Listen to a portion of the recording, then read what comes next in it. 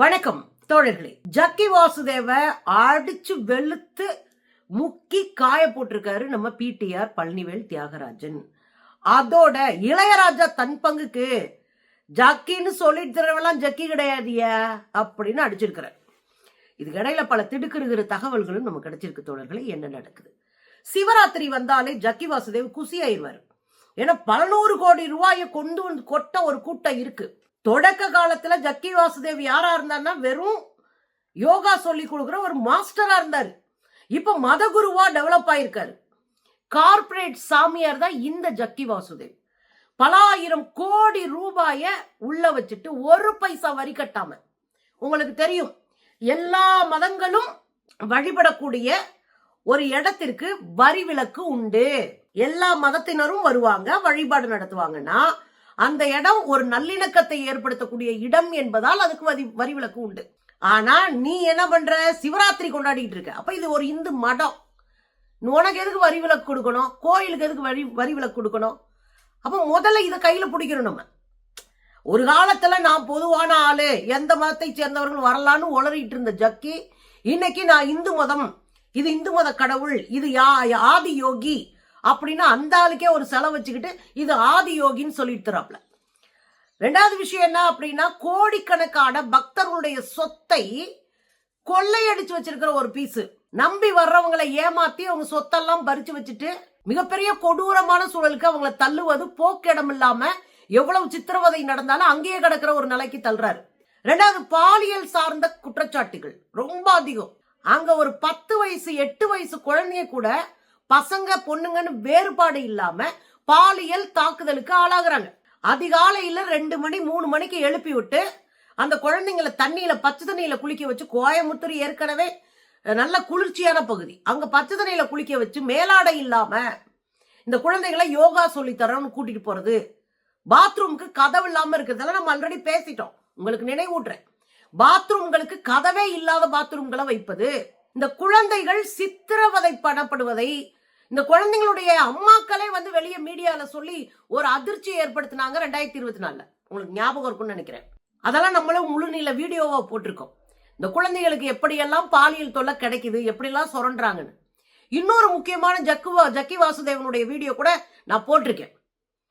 யாருமே இல்லாத ஒரு திறந்த வெளியில ஒரு பெண்ணினுடைய பிறப்பொறுப்புல காலை வச்சுட்டு நின்ன ஒரு போட்டோவும் வீடியோவும் நீங்க பார்த்திருப்பீங்க. பாலியலா அவங்களுக்கு மோட்சம் கொடுக்குறேன், அவங்ககிட்ட இருந்த தீய சக்தி எல்லாம் எடுக்கிறேன்னு சொல்லி அவங்களுடைய பிறப்பொறுப்புல விரலை வச்சு அமைக்கிட்டு இருந்ததெல்லாம் நம்ம பார்த்தோம். இப்போ எவ்வளவு கொடூரமாக ஒரு மூட நம்பிக்கையை, மத நம்பிக்கையை வைத்து பெண்களை பாலியலா சுரண்டி அழிக்கிற ஒரு பீஸ் அப்படின்றத நீங்க புரிஞ்சுக்கணும். இங்க வர்றவங்கள யாரா இருக்கிறாங்க அப்படின்னா பெரும்பாலும் பெரும் பணக்காரர்களா இருக்கிறாங்க. உலகம் முழுவதும் இருக்கிற பெரும் பணக்காரர்கள் இவரோட இருக்கிறாங்க. ரெண்டாவது, இங்க இருக்கிற அதிகாரத்தின் உச்சபட்சமான மோடி, அமித்ஷா இவர் கூட தான் இருக்கிறாங்க. ஏன் திரௌபதி முர்மு இவர் கூட தான் இருக்கிறாங்க. இவங்க எல்லாம் இவருக்கு பாதுகாப்பு. அதே போல இங்க எஸ்பி வேலுமணி வரைக்கும் மொத்த பீஸா அங்கதான் கிடக்கு. இந்த முறை பாத்தீங்க அப்படின்னா மகாராஷ்டிராவினுடைய முதலமைச்சர் பட்னாவிஸ், தேவேந்திர பட்னாவிஸ், அவர் இணையர் எல்லாம் அங்க போயிருக்குங்க. அப்புறம் இங்க பாண்டிச்சேரியினுடைய உள்துறை அமைச்சராக இருக்கிற நமச்சிவாயம், அவருடைய இணையர் அங்க போயிருக்கிறாங்க. ஏற்கனவே திரௌபதி முர்மு போன ஆண்டு போய் ஜக்கி வாசுதேவனுடைய விழால கலந்துகிட்டாங்க. அப்ப நான் என்ன கேட்கிறேன்னா, ஒரு அதிகார வர்க்கம் அங்க இருக்கு, அங்க ஒரு பணக்கார வர்க்கம் இருக்கு, சினிமாக்காரர்கள், பாப்புலரானவங்க சினிமாக்காரர்கள் எல்லாம் இருக்காங்க. டைரக்டரா இருக்கலாம், பாட்டு பாடுறவங்களா இருக்கலாம், நடிகரா இருக்கலாம், நடிகையா இருக்கலாம், யாரா இருக்கலாம். அவங்களுக்கு இருக்கிற நெருக்கடியை அவங்க வெளியே சொல்ல முடியாது. எக்ஸ்போசரே இல்லாத ஒரு குரூப்பா அவங்க இருக்கிறாங்க. சோ அவங்களுக்கு இதை பயன்படுத்திக்கிட்டே இவன் சுரண்டான். ரொம்ப கேவலமான ஒரு ஜந்து சுரண்டுது. சரி, இதெல்லாம் தாண்டி சாமானிய மக்கள் பக்தின்ற பேர்ல, யோகான்ற பேர்ல உழைக்கிற மக்களையும் சுரண்டான். இதுல வடக்கர்கள் அதிகமா வர்றாங்க. தமிழ்நாட்டுல கேள்வி கேட்கிறோம், வடக்கர்கள் அதிகமாக வருகிறார்கள். வடக்க இருந்துதான் அதிகமான கூட்டம் இங்க வருது. தமிழ்நாட்டுல இருந்தோ கோயம்புத்தூர்ல இருந்தோ சொற்பம் தான். ஏன்னா நம்மளாம் அவங்களுக்கு எதிரானவர்கள். ஆன்மீகத்தை வைத்து பொய்யும் புரட்டையும் பரப்பி பணம் சம்பாதிக்கிறதுக்கு ஒருபோதும் நாம் அனுமதிக்க மாட்டோம். இந்தியா முழுவதும் இருக்கிற ஆன்மீகத்தை நம்பக்கூடிய பலரும் இவருக்கு எதிராக பேசுவதை நீங்க பார்க்கலாம். இதுல பெரிய குற்றச்சாட்டு என்னன்னா, சொந்த மனைவியை கொன்னுட்டு அவங்க ஜீவ சமாதி அடைஞ்சிட்டாங்க. ஜீவ சமாதி உயிரோடையே சமாதி ஆயிக்கிறது. நான் அவரே விரும்பி அவரை செத்துக்கிறது. ஜீவ சமாதி ஆயிட்டாங்க அப்படின்னு அந்த அம்மாவை உட்கார வச்சு, அந்த அம்மா போட்டோவை வச்சு, அந்த அம்மாவை புதைச்ச இடம் மாதிரி காமிச்சு ஒரு கல்றை கட்டி அதை சாமியா கோயிலா ஊரெல்லாம் கும்பிட வச்சுட்டு இருக்கான். பாருங்களேன்.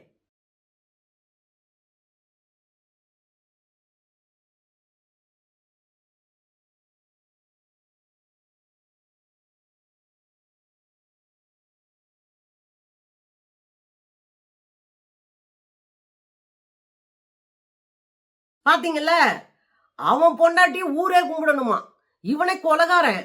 இதை யார் சொல்றாரு? நக்கீரன் கோபால் அவர்கள் அன்னைக்கே 90sலயே எழுதியிருக்காங்கன்னு அவர் ஒரு காணொலியில் நான் பார்த்தேன். அவர் அதை டீட்டெயிலா பேசியிருந்தாரு. அப்ப 90களிலே தன்னுடைய இணையரை கொன்னுட்டு அது வந்து ஜீவசமாதி நாடகம் ஆடி அந்த வழக்குல இருந்து பெரியாட்களுடைய துணையோட தப்பிச்ச பீஸ் தான் இவரு. இதை தாண்டி தமிழ்நாட்டினுடைய உயர்நீதிமன்றம் ஒரு அதிரடியான உத்தரவு ஒண்ணு கொஞ்சம் போன ஆண்டு போட்டாங்க. உள்ள போய் நீ தேடு, என்ன இருக்கு என்ன இல்ல, பிரச்சனை மேல பிரச்சனை வந்துட்டு இருக்கு. ஒரு பேராசிரியர் தன்னுடைய 2 மகள்களை இழந்துட்டு தெருவில் நின்று கதறிட்டு இருக்கிறாங்க. ரிட்டையர்டான பேராசிரியர்கள் 2 பேரும். அப்போ அவங்க போய் உள்ள போய் தேடு அப்படின்னு அந்த வழக்குல உள்ள போய் தேடுறாங்க. உள்ள போயிட்டா தகன மேடை இருக்கு, பிணங்களை எரிக்கிற மேடை இருக்கு. இது எப்படி வந்துச்சு? ஒரு ஆசிரமத்துக்குள்ள எதுக்குங்க பிணம் எரிக்கிற மேடை? அப்ப நீ யார வேணாலும் கொல்லலாம், கொன்னு எரிச்சுட்டு நீ பாட்டு கமுக்கமா போயிடும். ஒரு மர்ம தேசம் மாதிரி இருந்தது. இதை நம்ம பயந்து கவலைப்படுறோம். எத்தனை பேர் இருந்தாலும் கொன்னானோ, எத்தனை பேர் செத்தாங்களோ, எத்தனை பேர் எரிக்கப்பட்டார்களோ உங்களுக்கு நல்லா ஞாபகம் இருக்கா? 2023-24 நினைக்கிறேன். ஐ திங்க் 2023 இருக்கும். ஒரு பாப்பா அவங்க போட்டிருந்த இந்த ட்ரெஸ்ஸோடைய, யோகா ட்ரெஸ்ஸோடைய ரோட்ல திரும்பி பார்த்துக்கிட்டே ஓடுவாங்க தெரியுங்களா? ஓடுவாங்க. சில சிசிடிவி ஃபுட்டேஜஸ் கிடைச்சது. அந்த அம்மாவை காணான்னு தேடும் போது கொஞ்சம் தூரத்துல ஒரு பல கிலோமீட்டருக்கு அங்கிட்டு 8 கிலோமீட்டருக்கு அந்த பக்கம் இருக்கிற ஒரு கிணத்துல பிணமா எடுக்கப்பட்டாங்க. இதுக்கு பின்னாடி யாருன்னு தெரியல, அதுக்கு பின்னாடி போன வடநாட்டு வண்டி யாருன்னு தெரியல, இந்த பொண்ணு ஏன் இப்படி ஓடினாங்கன்னு தெரியல, கேஸே இல்ல. அப்ப யோகான்ற நம்பிக்கையில, கடவுள் மேல இருக்கிற நம்பிக்கையில ஒரு கார்பரேட் சாமியார நம்பி பல குடும்பங்கள் நாசமா போயிருக்கு. இதுல டிக்கெட் ஒரு திருநங்கை சகோதரி தான் கேட்டிருந்தாங்க. ஏங்க இவரு மத்த நாள்லாம் அங்க பார்க்க முடியாதுங்க, சிவராத்திரி அன்னைக்கு மட்டும் தான் தரிசனம் கொடுப்பாரு. மத்த நாள்லாம் பார்க்க முடியாதான். நான் யோகா மையத்துக்குலாம் போனதில்ல. மத்த நாள்லாம் பார்க்க முடியாதான், சிவராத்திரிக்கு மட்டும்தான் வருவார். ஏன்னா அன்னைக்கு தானே காசு லம்பா வருது. ஒரு டிக்கெட் 50,000ங்க. பெரிய பணக்காரங்க லட்சக்கணக்கில் கொடுக்குறான். அந்த டிக்கெட் காசு கொடுக்காம லட்சக்கணக்கில் கொடுக்குறாங்க. குறைந்தபட்சம் 50,000, 25,000, 10,000, 5,000, 2,500, 1000, 500, அப்புறம் தான் ஃப்ரீ. இதுக்கு பேரு வேற நதிகளுடைய பேரு. கடைசியில ஃப்ரீ டிக்கெட் என்ன பேருன்னா தாமிரபரணி. தமிழ்நாட்டில் ஒரு நதி, உற்பத்தியாகி போற நதி தாமிரபரணி. அது வந்து ஃப்ரீயா. இந்த நதிகளை வச்ச ஒரு அசிங்கப்படுத்துற ஒரு வேலையை இந்த பீஸ் பாக்குது. அப்ப நம்ம என்ன கேட்கிறோம் அப்படின்னா, காசுனா அங்க வந்து நின்றுவாப்ல, அங்க வந்து ஆடுவாப்ல, பாடுவாப்ல. பொம்பளை பிள்ளைங்க பூரா கூட உயிரை விட்டுட்டு கண்ணீர் விட்டுச்சுன்னா கட்டி பிடிச்சு ஆலிங்கனம் பண்ணுவாப்ல. இதெல்லாம் தடை செய்யணுங்க. கடவுளின் பெயரால் இப்படி பாலியல் சொரணல் பண்ணி பணத்தை கொள்ளையடிச்சிட்டு இருக்கிற கூட்டத்தை தடை செய்ய வேணாமா இல்லையா? சொல்லுங்க. இவங்களாம் தடை செய்யப்பட வேண்டியவர்கள். இதுல இன்னொரு விஷயம் என்னன்னா, இந்த மின்தகனம் இருக்கு இல்லையா, இந்தியா முழுதும் 300 மின்தகன மேடைகளை நிர்வகிக்கிற பொறுப்பு இவங்க எடுத்துருக்காங்க. தமிழ்நாட்டுல 6 இடம். இவெல்லாம் உள்ள நுழைய விடலாமா? இவர் தான் எழுதியிருந்தாரு, தோழர் திருமுருகன் காந்தி எழுதியிருந்தாரு. அங்க வந்து வடமொழியில பாட்டு பாடிட்டு உட்காந்துருக்கானுங்களாம். நம்ம வீட்டுல யாரோ மரணம் அடைஞ்சவங்களை கொண்டு போய் அங்க போட்டு அவங்கள வந்து தகனம் பண்ணிட்டு நம்ம கவலையோட வரும்போது வடமாட்டு சமஸ்கிருத பாட்டு எல்லாத்தையும் வந்து திட்டமிட்டு பண்பாட்டு உடைப்பு செய்யறான். முதல்ல சிவராத்திரி என்பதே குலதெய்வ வழிபாட்டுக்கு அவன் கோயிலுக்கு போற மாதிரி இருந்துச்சு. ஏன்னா நான் பார்க்க சின்னதுல அப்படிதான் பார்த்திருக்கேன்.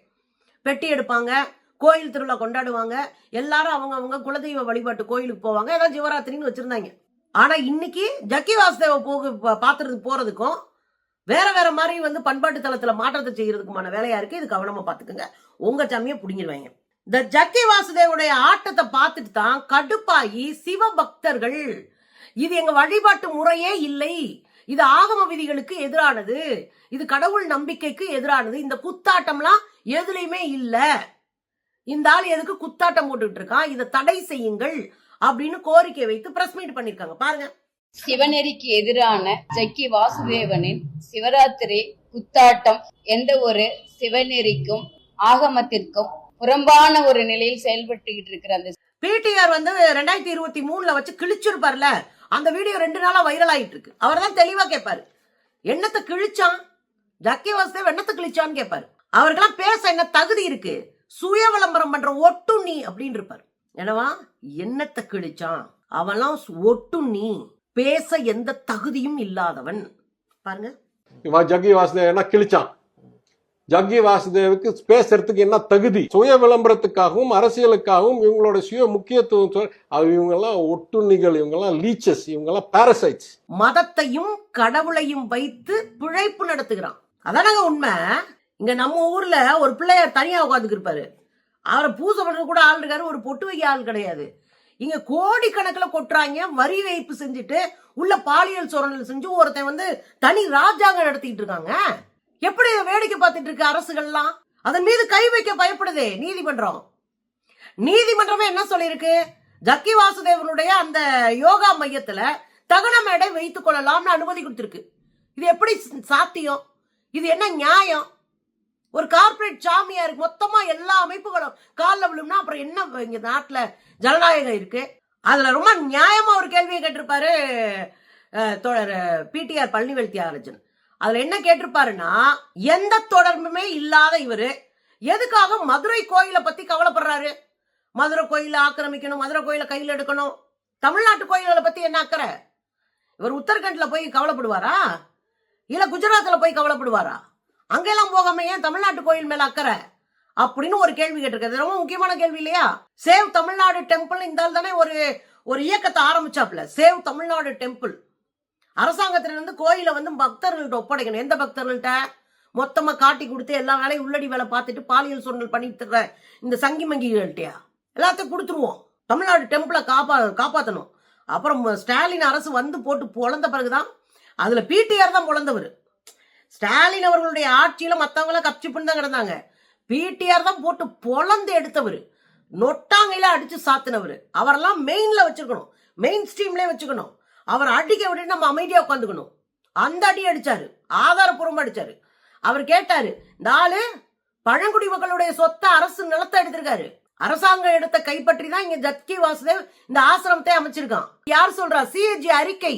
ஒன்றிய அரசு கையில் வைத்திருக்கக்கூடிய மத்திய தணிக்கை குழுவினுடைய அறிக்கை சொல்லுது. அது திருட்டு பையனு வழக்கு இருக்கு, வழக்காடு மன்றங்கள் அதை உண்மைன்னு ஒத்துருக்காங்க, ஆதாரம் இருக்கு. ஆனா இன்னமும் நிம்மதியா இருக்காரு. ஏன்னா அவர் ஜக்கி வாசுதேவ் என்கிற திருட்டு பையன். நீங்க இந்த பக்கம் வாங்குங்க, நம்ம ஐயா இளையராஜா போட்டு பொழந்திருப்பாருங்க. எல்லோரிடமும் பேதமில்லாத அன்பை காட்டுபவனே ஜக்கி, எல்லோரிடமும் பேதமில்லாத அன்பை காட்டுபவன் ஜக்கி. தன்னைத்தானே ஜக்கின்னு சொல்றவெல்லாம் ஜக்கி கிடையாது, சத்தியமா சொல்றேன் ஜக்கி கிடையாதுன்றாரு. என்னவா, தன்னைத்தானே கடவுள்னு சொல்றவன், தன்னைத்தானே ஜக்கி காப்பாளன்னு சொல்றவன், தன்னைத்தானே பெருசா காட்டிக்கிறவன் எல்லாரும் டம்மி பீஸ்ன்னு பொருள். யாரு? நம்மாலு இளையராஜா போட்டு பொழந்திருக்காரு. என்ன சொல்றாரு? எல்லா உயிர்களிடத்திலும் பாரபட்சம் பார்க்காம அன்பு காட்டுறவன் தாண்டா ஜக்கி. ஆனா நீயே ஜக்கின்னு தன்னைத்தானே சொல்லிட்டு இருக்கிற அலைகிற ஒரு பீஸு. நீ எல்லாம் ஜக்கியும் கிடையாது, ஒரு கொக்கியும் கிடையாது, போடா அப்படின்னு அடிச்சு விட்டுருக்காரு. பாருங்க, எல்லாருக்கும் பேதம் இல்லாத அன்பை காட்டுபவன் தான் சத்குரு. சத்குரு சொல்லிக்கிட்டு இருக்கிறவன் தான் சத்குரு ஆக முடியாது, சத்தியம் ஆக முடியாது. இப்ப மக்கள் தான் தெளிவடையணும். ஒரு கார்பரேட் சாமியாரு உங்களுக்கு இருக்கிற நம்பிக்கையை பயன்படுத்தி, உங்களுக்கு இருக்கிற வாழ்க்கை அச்சத்தை பயன்படுத்தி, உங்களுடைய பணத்தை, உங்களுடைய உழைப்பை, உங்களுடைய உடலை சுரண்டி தின்றான் அப்படின்னா அதுக்கு எப்படி நீங்க அனுமதிக்கிறீங்க? என்னங்க இது? பகுத்தறிவு எதுக்கு இருக்கு மனுஷனுக்கு? தனித்தனியா ஏன் மூளை வச்சான்? ஊருக்கு ஒரு மூளை வச்சு விடாம? ஏன்னா நம்ம சிந்திக்கணும், அந்த சிந்தனையின் வழியில் செயல்படணும். அந்த சிந்தனை வழியில் செயல்பட்டால் மட்டும்தான் ஒரு சமூகம் தலை நிமிர்ந்த சமூகமாக, பகுத்தறிவு சமூகமாக, சமூக நீதி சமூகமா இருக்கும். அப்படி இல்லைன்னா கொத்தடிமையா போய் மாலை மாலையா கண்ணீர் விட்டு அந்த ஆள் காலடியில போய் அந்த ஆள்கிட்ட பாலியல சுரண்டல் பட்டு தான் வீட்டுக்கு வரணும். எந்த பிரச்சனைக்கும் தீர்வு யாரோ ஒரு முகம் தெரியாத ஒரு சக்தி கிடையாது. எந்த பிரச்சனைக்கும் தீர்வு ஒரு சாமியார் கிடையாது. எல்லா பிரச்சனைக்கும் தீர்வு அமர்ந்து அமைதியா யோசிச்சு அதன் வேற கண்டுபிடிச்சா நாமளே தீர்வு சொல்லிடலாம். பிரச்சனைக்கான வேற கண்டுபிடிக்கணும்னா உனக்கு பகுத்தறிவு வேணும். பகுத்தறிவாளர்கள் யாரும் ஒரு பிரச்சனைக்காக தெரு தெருவா போய் சாமியார்களை பாக்குறது இல்ல. தான் பிரச்சனைக்கு என்ன மூல காரணம் கண்டுபிடிச்சு அதை சரி செய்து வாழ்க்கையில அடுத்த கட்டத்துக்கு போவாங்க. புரிச்சுக்குங்க மக்கா. எவனோ ஒருத்தன் திங்க நாம ஏன் பலியாகணும்?